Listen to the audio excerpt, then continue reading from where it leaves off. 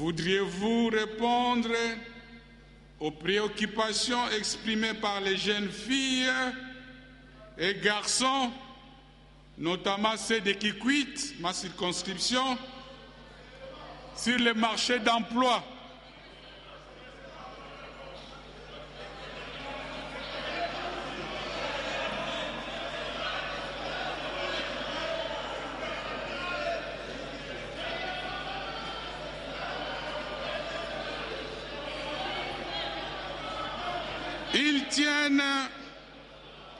Ils tiennent à savoir par ma voix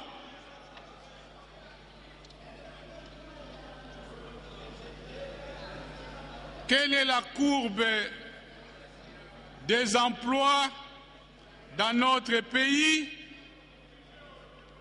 et le taux de chômage des jeunes, surtout des jeunes universitaires, un accent sur les jeunes filles universitaires depuis 2007.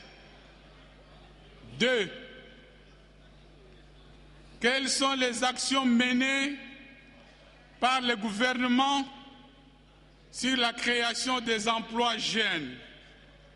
Nous aimerions particulièrement être fixés par le nombre d'emplois attendus lors de l'investiture du gouvernement et réellement créés par année, par district et par ville. 3. Quel est le taux de financement des programmes et des projets créateurs d'emplois en 2009 et premier trimestre 2010? Le volume des investissements par secteur, par province dans la même période.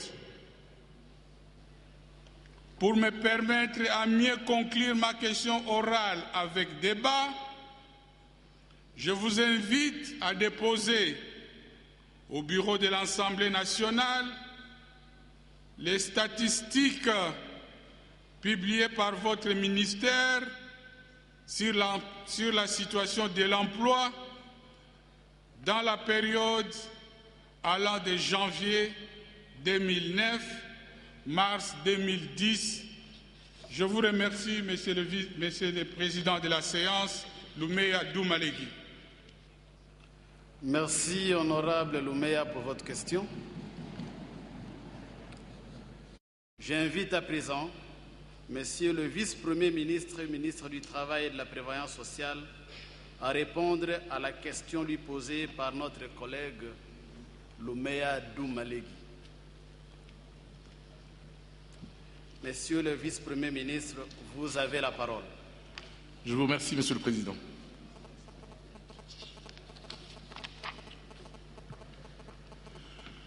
Honorable Président de l'Assemblée nationale, honorables membres du Bureau, honorables députés, avant toute chose, je saisis cette occasion pour saluer votre auguste Assemblée.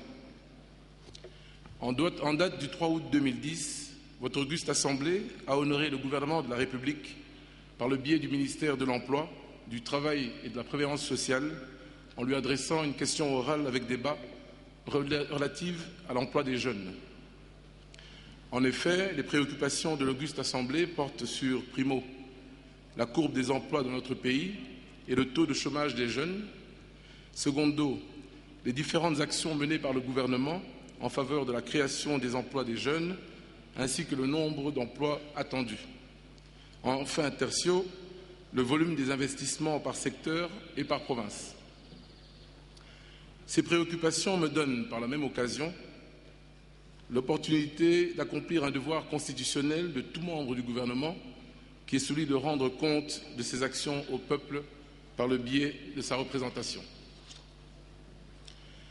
Il convient de relever à l'attention de votre auguste Assemblée que la question de l'emploi en général et celle de la création des emplois pour les jeunes en particulier revêt un caractère important pour le gouvernement. En effet, la solution au problème d'emploi en faveur des jeunes est la réponse adéquate à la précarité sociale et à d'autres fléaux dont ils sont victimes. Il convient de vous présenter les actions entreprises à ce jour par le gouvernement à travers le ministère de l'Emploi, du Travail et de la Prévoyance sociale et les pistes de solutions à la question de l'emploi et particulièrement celui des jeunes.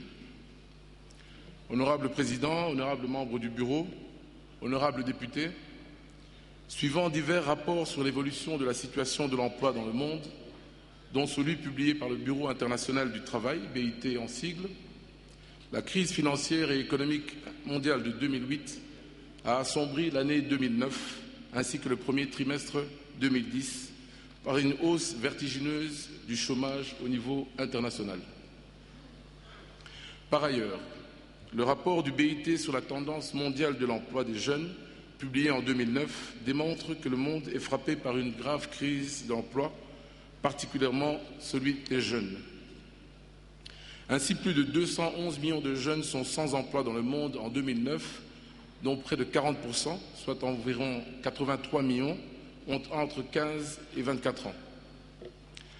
Le nombre de jeunes en situation précaire et sous-employés n'a jamais été aussi important. Ce rapport renseigne que la hausse du chômage devrait se poursuivre jusqu'en 2010 pour atteindre 13,1%. Le BIT annonce également que la crise mondiale de l'emploi pourrait durer de nombreuses années, à moins que des décisions plus énergiques et ciblées ne soient prises maintenant pour accélérer le rythme du redressement de l'emploi, de manière à ce qu'il soit en phase avec la reprise économique.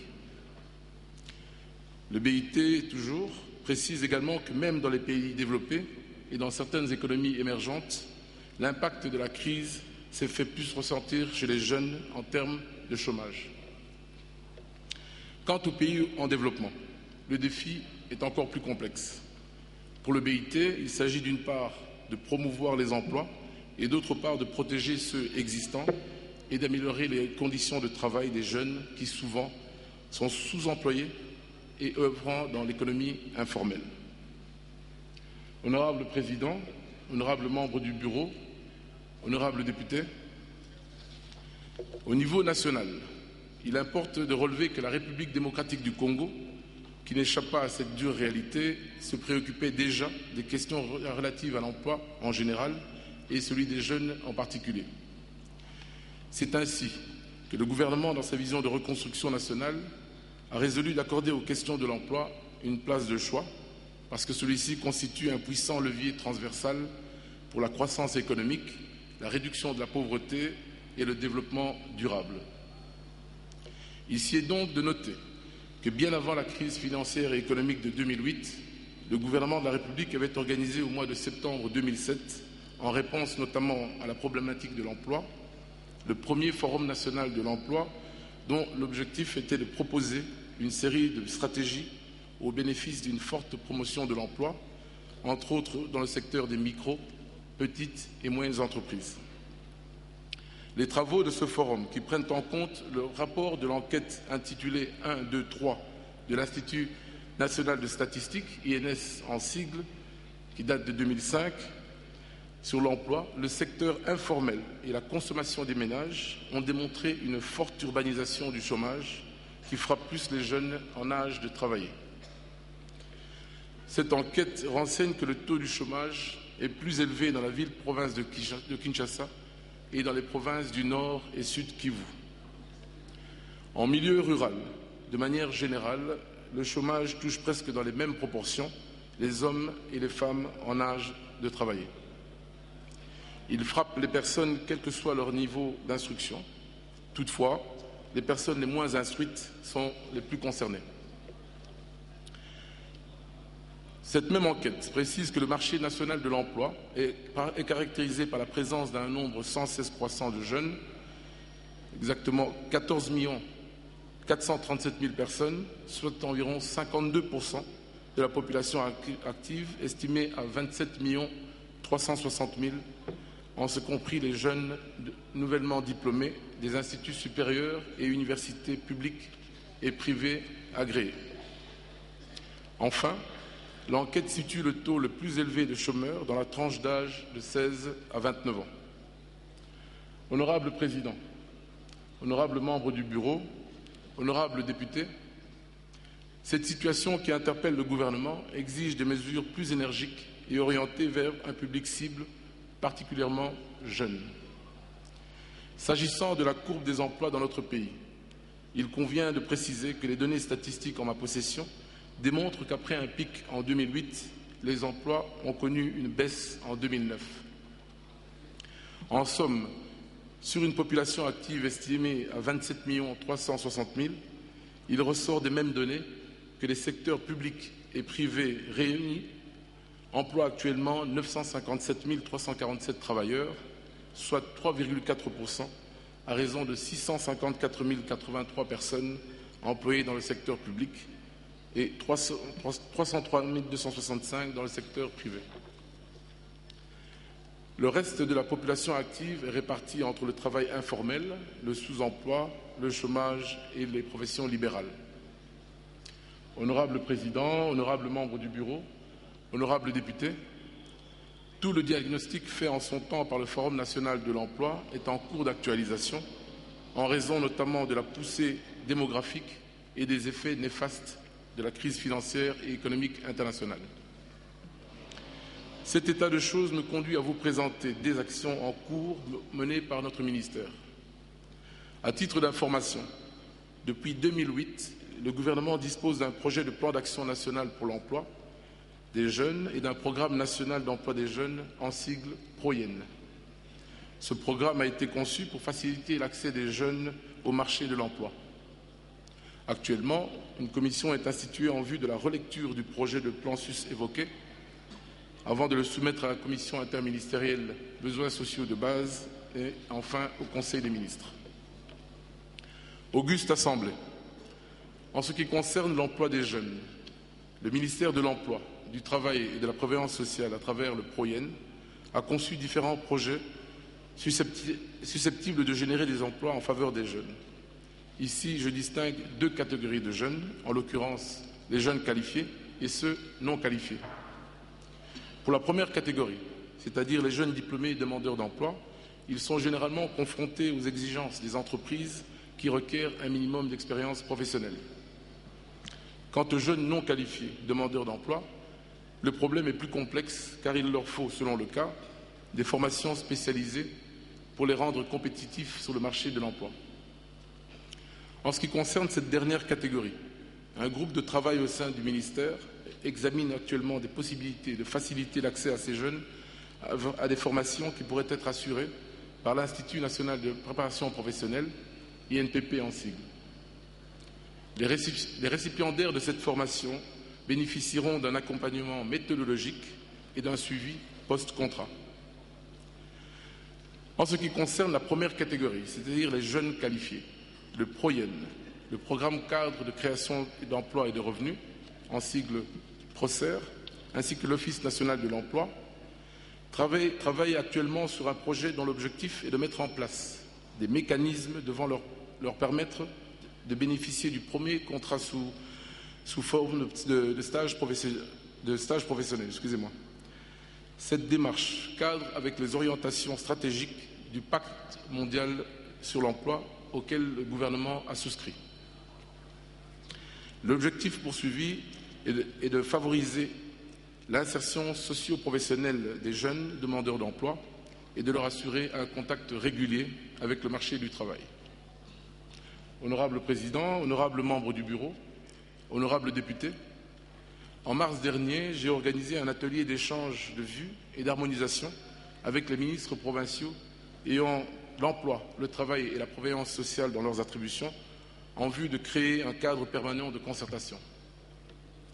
Ainsi, il a été convenu que les ministres provinciaux soient totalement impliqués dans l'opération d'identification des chômeurs et aussi dans l'enrichissement de la politique nationale de l'emploi et de la formation professionnelle, de sorte la problématique de l'emploi est globalement prise en compte tant au niveau du pouvoir central que du niveau provincial. Vous conviendrez avec moi que la politique nationale de l'emploi et de la formation professionnelle en cours de finalisation tiendra compte des spécificités des provinces et de l'ensemble des problèmes liés à l'emploi que je viens d'évoquer devant votre auguste Assemblée. En effet, cette politique a pour objectif de définir les orientations majeures et de fixer les axes les axes stratégiques pour la promotion de l'emploi décent dans notre pays. Honorable Président, honorables membres du Bureau, honorables députés, dans le cadre des projections de création de l'emploi, le ministère, par sa structure technique dénommée PROCER, a répertorié 222 projets porteurs d'emploi répartis dans les différents ministères, pouvant générer près de 400 000 emplois directs pour l'année 2011. Et ceci dans le secteur public, sans compter les emplois indirects qui pourraient en découler. Après analyse, parmi les projets répertoriés, l'agriculture et le développement rural représentent les principaux gisements d'emplois dans notre pays. Les projets de ces deux secteurs totalisent à eux seuls 93% des emplois pouvant être créés si tous les projets de ce portefeuille sont exécutés. C'est donc en investissant dans l'agriculture que le pays peut réduire sensiblement le chômage, et le chômage rural en particulier. Outre ces deux secteurs, le troisième du point de vue de sa capacité à offrir des emplois est celui des infrastructures, avec une approche de haute intensité de main-d'œuvre, HMO en sigle. Auguste Assemblée, dans le cadre du budget 2011, le ministère de l'Emploi, du Travail et de la Prévoyance sociale a prévu de renforcer la mission du Fonds national de l'emploi, de la Direction de l'emploi ainsi que de l'Office national de l'emploi par l'allocation d'importants crédits afin d'assurer l'aide à l'emploi, l'accompagnement des demandeurs d'emploi et de leur formation. Le but de ce financement est de favoriser l'insertion socio-économique des demandeurs d'emploi et en particulier des jeunes. Dans le même ordre d'idées, le ministère va octroyer le statut de demandeur d'emploi pour tout chômeur enregistré à l'Office national de l'emploi. Honorable Président, honorables membres du Bureau, honorables députés, depuis mars 2010, le ministère de l'Emploi, du Travail et de la Prévoyance sociale renforce le rôle de l'ONEM par une série d'actions pour lui permettre de disposer d'une banque de données sur le marché du travail, notamment la centralisation, le traitement et la publication des statistiques, ainsi que l'accompagnement des demandeurs d'emploi. C'est dans cette optique qu'en mai 2010, j'ai convoqué une réunion entre cet établissement public et tous les services privés de placement pour une synergie d'actions liée à la fois à l'identification et au placement des demandeurs d'emploi, ainsi qu'à l'augmentation des possibilités d'accès à l'emploi pour ceux-ci. C'est ainsi qu'en avril 2010, j'ai pris une série de mesures visant à réglementer les modalités de déclaration de la situation annuelle de la main-d'œuvre et celle de l'embauche et de départ d'un travailleur. Dans le souci de publier régulièrement des informations relatives au monde du travail, le ministère de l'Emploi, du Travail et de la Prévoyance sociale va relancer en janvier 2011 la revue congolaise du travail, Recotra. Sur le front international et dans le cadre de la coopération bi- et multilatérale, le ministère a apporté sa contribution dans l'élaboration du Pacte mondial du travail et a adhéré au programme pays pour le travail décent, PPD en sigle. Honorables députés, la mission du ministère ne se limite pas à la promotion des emplois, mais aussi au contrôle de l'application de la législation du travail. Et à cet effet, les services de l'inspection du travail seront renforcés par le biais d'une campagne dans le but non seulement de la répression, mais aussi surtout de la prévention. Honorables députés, le ministère de l'Emploi, du Travail et de la Prévoyance sociale se félicite de son implication dans l'amélioration du climat des affaires et des investissements qui contribuent à l'élimination des barrières administratives et du secteur informel, ainsi que de l'adaptation de notre législation du travail. S'agissant du taux de financement des programmes créateurs d'emplois en 2009 et au premier trimestre 2010, il convient de rappeler que depuis 2001, à travers l'initiative PPTE, il a importé de réduire les déficits, d'imposer des mesures de rigueur et de prendre d'autres mesures de consolidation budgétaire pour atteindre le point d'achèvement afin de dégager des ressources supplémentaires à consacrer au social, dont l'emploi. Par ailleurs, quant au volume des investissements privés par secteur entre 2007 et 2009, les données en ma possession indiquent une tendance croissante. Honorable Président, honorables membres du Bureau, honorables députés, face à une montée sans précédent du travail informel, du sous-emploi et du chômage, la démarche du ministère permet à la fois de réduire le décalage entre le temps et la reprise économique et une reprise créatrice d'emplois décents. Je suis disposé à recevoir toutes les remarques et suggestions que votre auguste Assemblée voudra bien m'adresser. Telle est, honorable député, ma réponse aux préoccupations soulevées par la représentation nationale. Je vous remercie.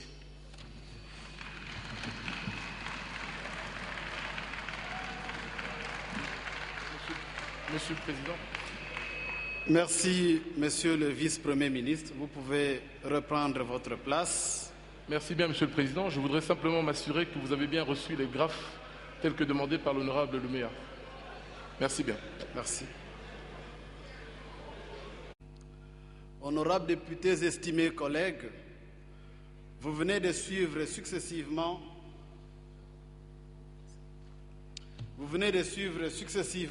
les réponses réservées par les deux membres du gouvernement aux questions leur posées par nos deux collègues députés nationaux dans les secteurs respectifs de leurs activités.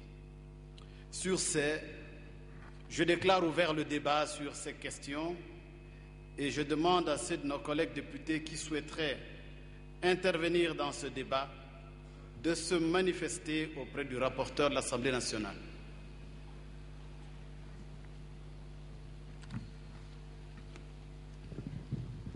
Mutindo batu bilaka ya unantono tikilumba tatu nyonso ya kekilumbu inabaki kuwa mutindo ba muta ya lugina kutambulisa bisalu na kati ya ba ministère na bao yao bubia ibabukilisaka mbuta vice premier ministre Nzanga Mobutu yandikuiza awanikuza bisalu mvutu na Kivu ina basonikina kandi na mpanja beto Monsieur le député.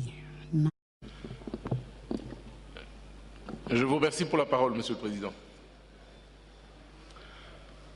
Honorable Président de l'Assemblée nationale, honorables membres du Bureau, honorables députés, en guise d'introduction, permettez que je remercie votre auguste Assemblée pour le délai accordé afin de répondre à vos préoccupations. Honorable Président, honorables membres du Bureau, honorables députés, à la suite de mon exposé en réponse à la question orale de votre Assemblée, a bien voulu m'adresser, j'ai pris note de chacune des questions posées par les honorables députés, lesquelles ont retenu mon attention particulière. Ces questions traduisent des préoccupations légitimes en rapport avec l'emploi, les conditions de travail, la sécurité sociale, la formation professionnelle, ainsi que les litiges individuels et conflits collectifs du travail.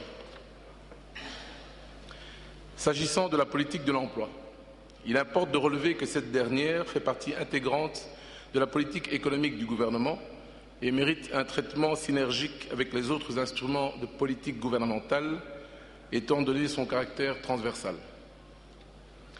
Cette politique poursuit les objectifs stratégiques ci-après. Stimuler l'emploi, récompenser de manière plus juste le travail, accompagner les jeunes demandeurs d'emploi pour une insertion ou réinsertion plus rapide sur le marché du travail, faciliter l'accès à l'emploi pour les jeunes, protection de la main-d'œuvre nationale et enfin casser l'enlisement dans le chômage de longue durée. Comme je l'ai évoqué lors de ma précédente intervention, la finalisation de cette politique, qui bénéficiera de l'apport des ministères provinciaux ayant l'emploi, le travail et la prévoyance sociale dans leurs attributions, figure parmi les priorités du ministère.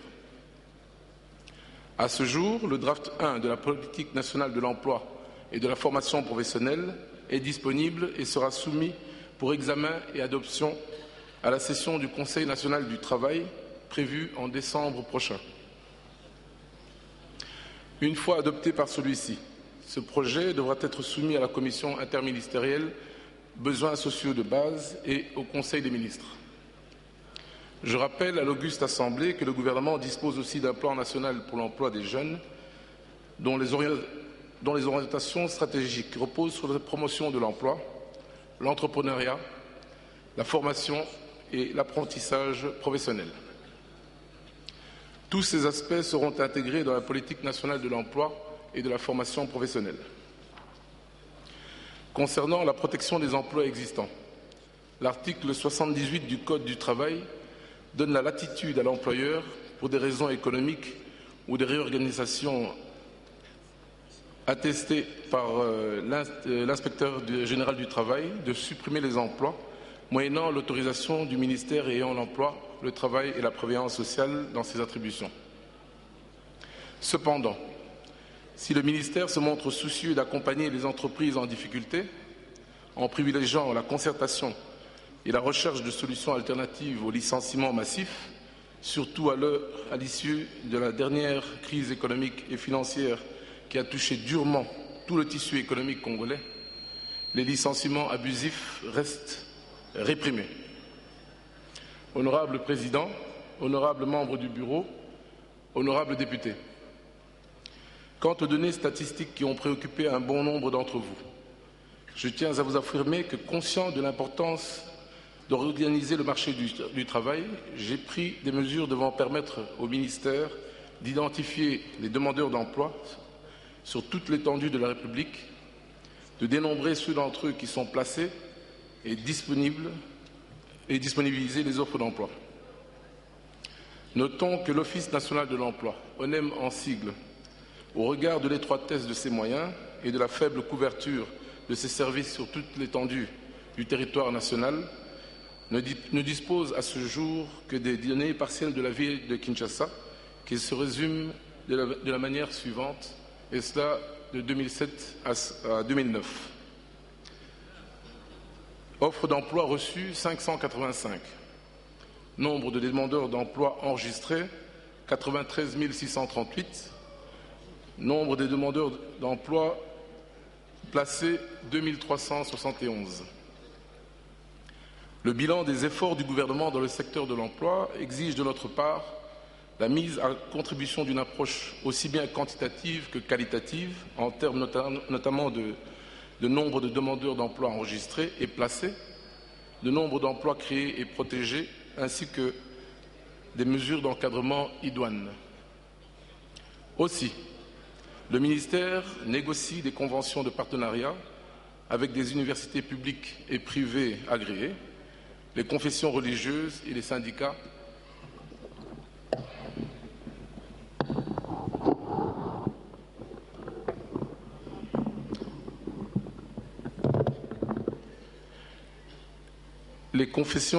disais-je, et les syndicats, en vue d'y étendre les services de l'ONEM aux fins de disposer des statistiques fiables dans une démarche de proximité. Une fois l'opération terminée, l'ONEM sera appelé à publier trimestriellement les statistiques relatives d'une part au nombre de demandeurs d'emploi et d'autre part aux offres d'emploi. À titre d'information, les données statistiques sur les emplois du secteur privé et public, assorties d'une courbe, ont été déposées avant mon intervention du mercredi 29 septembre 2010.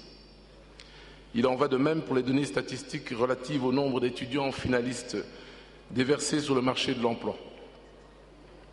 Honorables députés, le renforcement du rôle central de l'ONEM à travers les conventions susmentionnées, en collaboration avec les différents services privés de placement et mesures connexes, ont été mis en place pour étendre l'offre d'emploi. Au nombre de mesures, il sied de citer les modalités de déclaration, d'embauche et de départ d'un travailleur, de la main-d'œuvre annuelle, d'ouverture et de fermeture d'un établissement. Vous conviendrez avec moi que la mission confiée à l'ONEM pour l'exercice 2011 est ambitieuse, compte tenu du niveau élevé du chômage dans notre pays. En ce qui concerne les statistiques des travailleurs congolais de l'étranger, le ministère dispose en son sein, d'une part, d'un programme dénommé Migration pour le développement en Afrique, MIDA en sigle, qui, en partenariat avec l'Organisation internationale de migration, a déjà amorcé leur recensement. D'autre part, l'Association mondiale des services publics de placement, dont fait partie l'ONEM, procède désormais aux échanges d'informations sur le marché du travail. C'est-à-dire que dans les prochains jours, le ministère pourra intégrer dans ses statistiques nationales celles provenant